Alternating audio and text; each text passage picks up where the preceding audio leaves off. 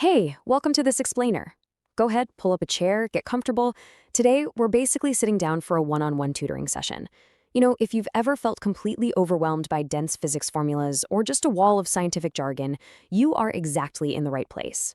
We're going to master the fundamental building blocks of physics together, translating all those invisible rules of the universe into stuff you can actually feel and visualize. But before we even think about touching a textbook or looking at a formula, let's start with a really foundational question to just anchor our whole study session. What exactly is matter? Right? It's a word we throw around literally all the time, but at its core, matter is simply anything that has mass and takes up space. So everything around you, the screen you're looking at, the chair you're sitting on, even the air you're breathing right now, it's all matter. But to truly get how it behaves, we gotta look closer, like a lot closer. So here's our game plan for today. 1. Meet the building blocks. 2. Solids, liquids, and gases. 3. Micro versus macro physics. 4. Heat, energy, and change. And finally, 5. Passing the physics test. All right, section 1. Let's meet the building blocks. Everything around us follows this beautifully simple hierarchy. It's kind of like a set of Russian nesting dolls. Matter breaks down into molecules, molecules break down into atoms, and then atoms break down even further into this central nucleus, which is packed with protons and neutrons, and its outer skin, the electron. Now, this structure is perfectly balanced. Matter naturally wants to stay electrically stable, meaning it has an exact equal number of positive and negative charges. But what happens if we mess with that balance? Okay, to make this super tangible, do me a favor. Just rub your palms together really fast. Go ahead, do it. Feel that warmth? That heat you're feeling is actually the charging of those outer electrons. You are physically agitating the outermost skin of the matter right there in your hands. Boom. You just demonstrated fundamental physics without even opening a book. Moving right along to section 2, solids, liquids, and gases. So why does a solid actually hold its shape? Think about a solid block of ice, or, the desk in front of you. It's all about those tightly packed molecules. The intermolecular forces, basically these magnetic-like poles between the molecules, are incredibly strong, and this locks them into this regular repeating pattern we call a lattice. Because they're locked in so tight, they can't just roam around. They can literally only vibrate in one fixed, restricted spot. And that right there is exactly why solids are so hard to break apart. But what happens if we pump in a little energy and weaken those bonds? Well, we get a liquid. In a liquid, that force of attraction weakens just enough to remove that strict, rigid lattice shape. And this allows the molecules to actually move and slide past one another. They're still close together, for sure, but they're not locked in place anymore. And the concept of viscous force here is brilliantly illustrated by imagining a liquid not just as one big blob, but as a pile of playing cards. Imagine pushing that top card. It drags the one right beneath it, which drags the one beneath that, creating this sliding friction. That's exactly why liquids pour the way they do. The layers are literally sliding over one another, kind of resisting the motion slightly with that built-in friction. And finally, we have gases. Now, in a gas, the forces of attraction have gotten so incredibly weak that they're considered infinitesimal. I mean, it's practically like they don't even exist. Because there's absolutely nothing holding them back, these molecules scatter wildly in every possible direction. Honestly, it's like a room full of hyperactive bouncy balls. In this state, energy gets transferred simply by these molecules physically slamming into one another as they bounce around.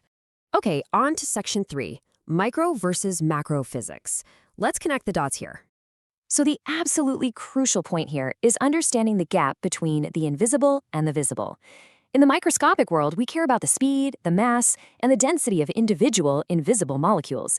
But in the macroscopic world, the everyday world we actually live in, we measure things like pressure, volume, and temperature. And the real magic of physics is realizing that the tiny mass and speed of an invisible molecule bouncing around is exactly what creates the large-scale pressure, volume, and temperature that we read on our thermometers and gauges. To prove that connection, physicists use a mathematical visualization. Imagine a single gas molecule, just a tiny dot with mass m, trapped inside a 3D cubic box. As it flies around and smacks into the wall of the container, it rebounds. Now that single collision creates a tiny, tiny change in momentum. But when you multiply that by the billions of molecules hitting those walls constantly, all that microscopic momentum adds up to create macroscopic pressure. It's a massive team effort. But okay, to actually make all that math work out perfectly, physicists use what's called the kinetic theory of matter. And this relies on a few very specific, perfect assumptions about how so-called ideal gases behave. First, we assume the volume of the molecules themselves is just totally negligible compared to the container.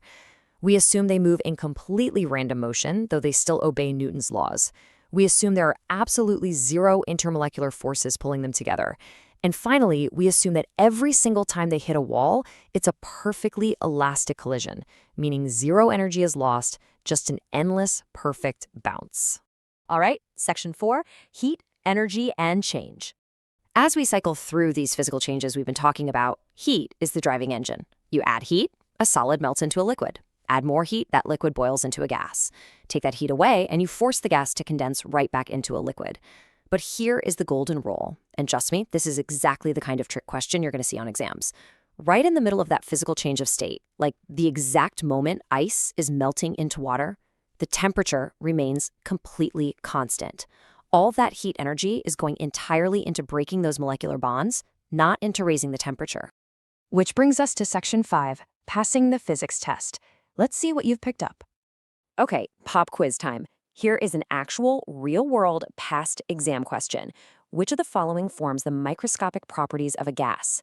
Think back to our comparison between the invisible world and the visible world. Do you remember which properties belong to those tiny, invisible molecules we were just talking about? Excellent. If you chose density, mass, and velocity, you absolutely nailed it. Just remember, things like temperature and pressure are macroscopic. They are the big picture results of the microscopic mass and velocity of those individual particles. Let's try just one more to really test your grasp on how energy and macro-level properties relate. If the internal energy of a gas decreases in an adiabatic process, actually real quick, adiabatic just means a super fast process where no heat transfers in or out of the system, almost like it's trapped in a perfect thermos. Anyway, if internal energy decreases there, which of the following is likely to decrease proportionately? Is it pressure, volume, temperature, or density? Spot on again. The answer is temperature. Internal energy and temperature pretty much move hand in hand. The microscopic kinetic energy of those molecules is directly proportional to the macroscopic temperature we read on a thermometer. Look at that. You've absolutely mastered the basics today. From the outermost electrons charging up on your skin all the way to the perfect elastic collisions inside an ideal gas, you have built a really solid foundation. But as our study session wraps up, I want to leave you with a bit of a thought-provoking question. We based all our math today on an ideal gas with perfect assumptions, right? Like molecules taking up zero volume. But what happens when those perfect assumptions fail in the messy, high-pressure reality of the real world, where molecules actually do take up space? Chew on that one until our next lesson. Keep observing the physics all around you, and I'll catch you next time.